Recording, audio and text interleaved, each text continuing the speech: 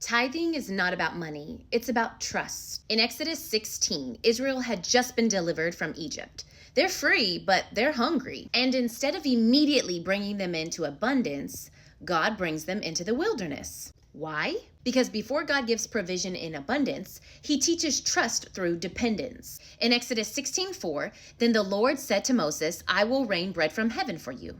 God provides manna, literally bread from heaven, to sustain the Israelites. But the way God provides it is intentional. He commands them to gather just enough for each day.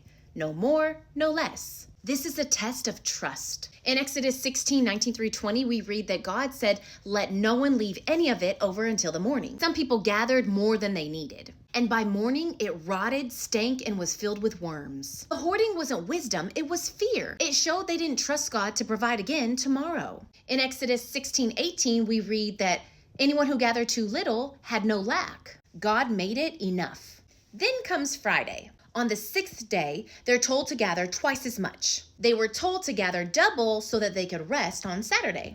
And guess what? This time, the extra did not rot, was not filled with worms.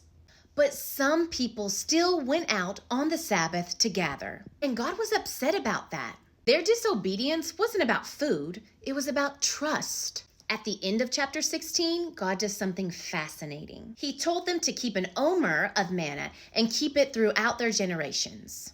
And this omer of manna wouldn't rot. You see, an omer is a measurement. It's 1/10 of an ephah. And an ephah was roughly enough to sustain a household. So God commanded 1/10 to keep as a testimony. Why? So future generations would remember God sustained us. God provided for us. God is faithful. And this is where it connects to tithing. Tithing, giving 1/10, was never about God needing resources. It was about obedience, remembrance, and trust. Just like manna, tithing says, God, I trust you to provide for the rest. Proverbs 3:9 tells us to honor the Lord with our wealth. Manna taught Israel you can't hoard your way into security, and you can't disobey your way to peace, and you can't outprovide God.